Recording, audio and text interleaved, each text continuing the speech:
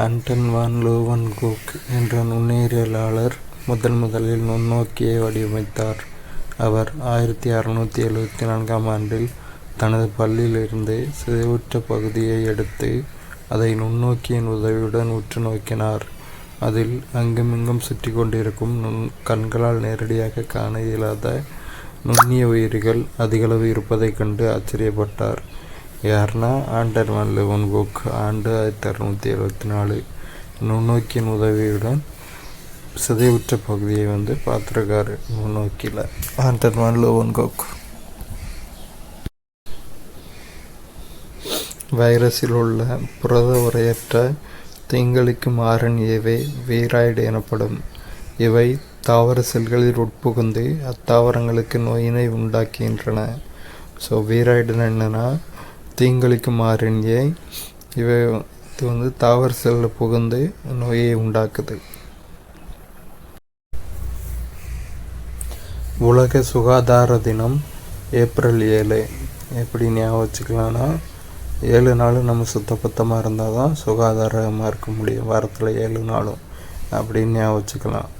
உலக மலேரியா தினம் ஏப்ரல் 25. உலக எய்ட்ஸ் தினம் டிசம்பர் 1. உலக காசநோய் எதிர்ப்பு தினம் மார்ச் 24.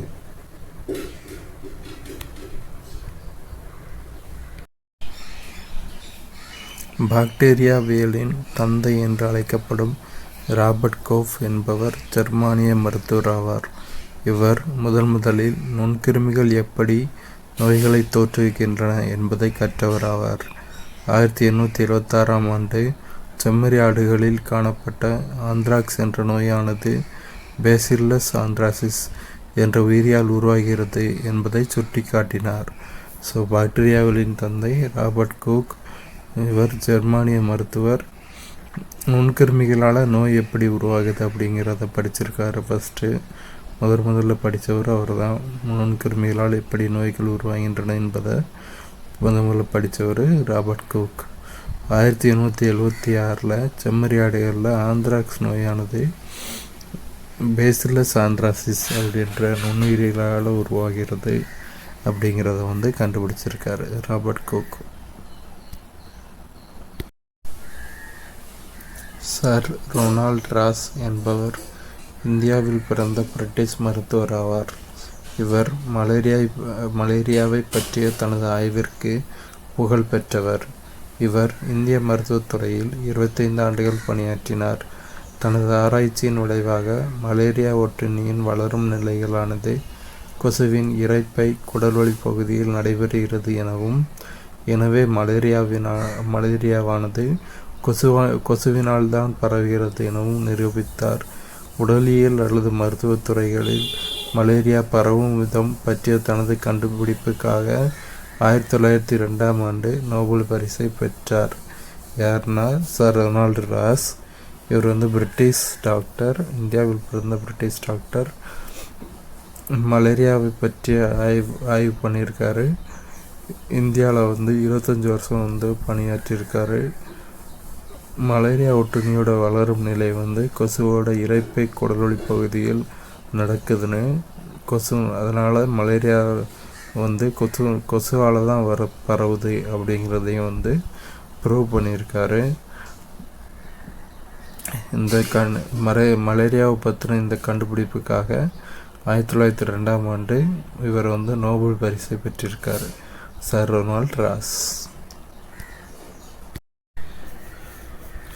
டெங்கு காய்ச்சலுக்கு பப்பாளி இலைகளின் கொழுந்திலிருந்து எடுக்கப்பட்டு வடிகட்டப்பட்ட திரவம் மற்றும் நிலவேம்பு கஷாயம் ஆகியவை டெங்கு நோய் பாதிக்கப்பட்ட நோயாளிகளுக்கு கொடுக்கப்படுகிறது. இது இரத்த தட்டுக்களின் எண்ணிக்கையை அதிகரிப்பதாக அறியப்பட்டுள்ளது. டெங்கு வந்துச்சுன்னா இரத்த தட்டுக்களோட எண்ணிக்கை குறைஞ்சிரும். அதிலிருந்து மீள்றதுக்காண்டி பப்பாளி இலையை வடிகட்டின திரவத்தையும் நிலவேம்பு கஷாயத்தையும் நம்ம குடிக்கிறோம் நோயாளிகளுக்கு. அதனால் இரத்த தட்டுகளோட எண்ணிக்கை அதிகரிக்கும். பிளேட்லெட்ஸோட கவுண்டிங்ஸ் அதிகரிக்கும், இன்க்ரீஸ் ஆகும். 2009ஆம் ஆண்டு ஏப்ரல் மாதத்தில் பன்றி காய்ச்சலானது கண்டறியப்பட்டது. இந்நோய் பல மில்லியன் மக்களை தாக்கியது. எனவே ஜூன் 2009 உலக சுகாதார நிறுவனம் பன்றி காய்ச்சல் நோயை பெரும் கொள்ளை நோய் பேண்டமிக் என அறிவித்தது.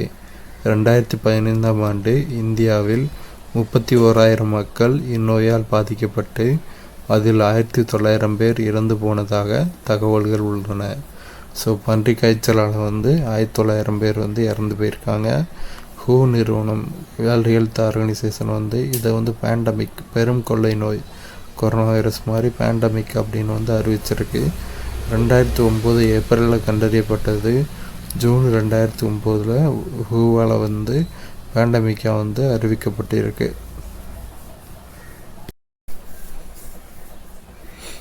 பறவை இன்ஃப்ளூயன்சா வைரஸ் எனப்படும் H5N1 வைரஸ் 1996 தோன்றியது.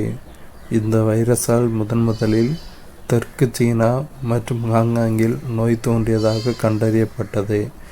H5N1 என்ற வைரஸானது 1997 உலக சுகாதார நிறுவனத்தால் முதலாவதாக மனிதனில் கண்டுபிடிக்கப்பட்டது. முதலில் இந்நோயின் வெளிப்பாடு 2003 டிசம்பரில் அறியப்பட்டது. ஸோ பறவை இன்ஃப்ளூயன்சா வைரஸ் H5N1 வைரஸ் 96 முதல்ல தோன்றியிருக்கு. தெற்கு சீனா மற்றும் ஹாங்காங்கில் தோன்றியதாக கண்டறியப்பட்டிருக்கு. ஃபஸ்ட்டு H5N1 வைரஸ் 1997 உலக சுகாதார நிறுவனத்தால் மனிதனில் கண்டுபிடிக்கப்பட்டிருக்கு. 2003 டிசம்பரில் இதோட வெளிப்பாடு அறியப்பட்டிருக்கு. H5N1 வைரஸ் பறவை இன்ஃப்ளூயன்சா வைரஸ் தெற்கு சீனா மற்றும் ஹாங்காங்கில் தோன்றியது. முதலில் மனிதனில் தோன்றியது. 2003 டிசம்பரில் இந்த நோயின் வெளிப்பாடு அறியப்பட்டது. HIV நோயானது முதலில் அமெரிக்காவில் ஹட்டாய் என்ற இடத்தில் 1981 கண்டுணரப்பட்டது. 1986 ஏப்ரல் மாதம் இந்தியாவில் தமிழ்நாட்டில்தான் முதலாவது எய்ட்ஸ் பாதிப்பு ஆதாரத்துடன் தெளிவாக கண்டறியப்பட்டது. இந்த எய்ட்ஸ் பாதிப்பிற்கு எய்ட்ஸ் தடுப்பூசி RV-144 என்ற மருந்தானது தாய்லாந்து நாட்டில் 2003 சோதனைக்காக வழங்கப்பட்டது. இதனுடைய ஆய்வறிக்கை 2011 வழங்கப்பட்டது. ஸோ முதல்ல HIV நோய் அமெரிக்காவில் ஹட்டாய் அப்படிங்கிற இடத்துல 1981 கண்டுபிடிச்சிருக்காங்க. 1986 தமிழ்நாட்டில் முதலாவது எய்ட்ஸ் பாதிப்பு ப்ரூஃபோட கண்டுபிடிச்சிருக்காங்க. எய்ட்ஸ் தடுப்பூசி RV-144 அப்படிங்கிற மருந்து தாய்லாந்தில் 2003 சோதனைக்காக வழங்கியிருக்காங்க. இதோட ஆய்வறிக்கை 2011 வழங்கப்பட்டிருக்கு. தடுப்பூசி இடுதல் நிகழ்வை எட்வர்ட் ஜென்னர் என்பவர் அறிமுகப்படுத்தினார். உலக சுகாதார நிறுவனத்தின் அறிக்கையின்படி மனித குலத்தினிடையே இருந்த பெரியம்மையானது ஜென்னரின் தடுப்பூசி மூலம் முழுவதுமாக அளிக்கப்பட்டு விட்டது. ஸோ தடுப்பூசியை அறிமுகப்படுத்தியவர் ஜென்னர். இவரோட கண்டுபிடிப்பினால் பெரியம்மை நோயானது ஜென்னரின் தடுப்பூசி மூலம் முழுவதுமாக 100% அளிக்கப்பட்டிருக்கு.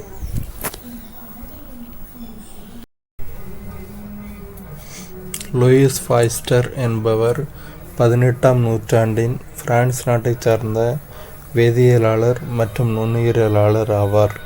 இவர் நோய் தடுப்பு மருந்தளித்தல் மற்றும் பாஸ்டுரைசேஷன் என்ற நிகழ்விற்கு பெயர் பெற்றவர். இவர் காலரா, ஆந்த்ராக்ஸ் மற்றும் பிற நோய்களுக்கு மருந்தை உருவாக்கினார். ஸோ யார்னா லூயிஸ் பாஸ்டர், பிரான்ஸ் நாட்டைச் சேர்ந்தவர், வேதியியலாளர் மற்றும் நுண்ணுயிரியலாளர், 18ஆம் நூற்றாண்டைச் சேர்ந்தவர். நோய் தடுப்பு மருந்தளித்தல், பாஸ்டுரைசேஷன் ஆகிய நிகழ்வுகளுக்கு புகழ் பெற்றவர்.